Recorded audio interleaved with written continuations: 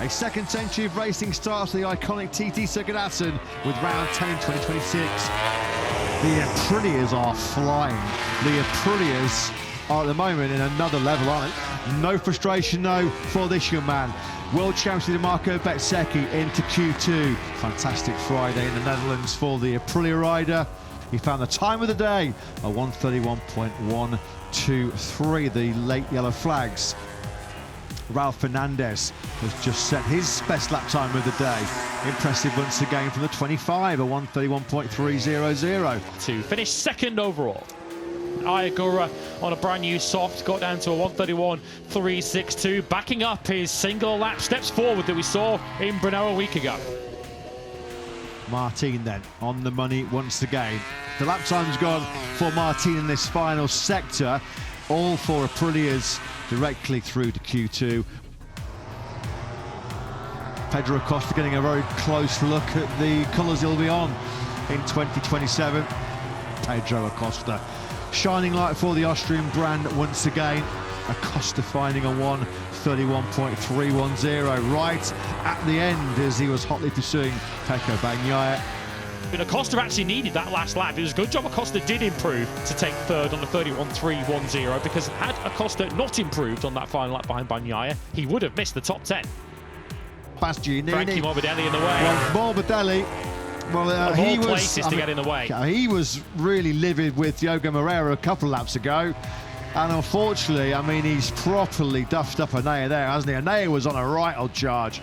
Yeah, that's a pretty much of a slam dunk penalty, I think, there for Frankie Morbidelli. Remember in that crazy 2018 race when Valentino Rossi ran into the back, didn't he, of Jorge Lorenzo around there? And if Bagnaia Bastianini had clipped Frankie Morbidelli coming through that corner, he doesn't really bear thinking about what kind of accident we would have seen.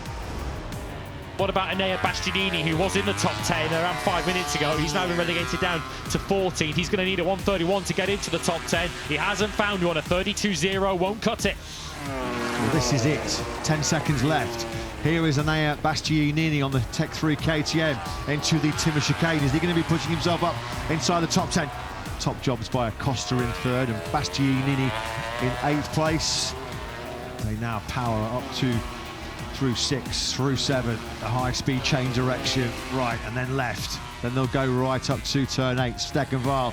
This is impressive by Bagnaia, although it might not be good enough because Bagnaia Bastianini, who's just ahead of him on circuit, up into P8. Checker flag is out, and so it's now or never. Bagnaia has to nail this final chicane, and there goes 5th. Acosta 3rd, over the line, Bagnaia, he got in. Pecco Bagnaia crucially for the triple Assen winner in MotoGP, has done it with some last lap, a 1:31.384. That was pressure. Marc Marquez through to Q2 as well.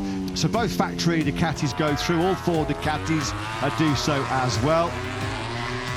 Jorge Martin then, the factory Aprilia rider. Look how quick this is going to go for Jorge. Boy, unsettled on the edge of the curve there. Well, we saw him run on the curve a few moments ago. This is going to be a big old get-up, isn't it, for Jorge Martin? Well, he said he was trying to find confidence on the factory Aprilia. That's not going to do much to restore some of his banner confidence as he goes sliding on his back through the grass. 230 was it when he lost the front? 230 clicks. About 140 miles an hour.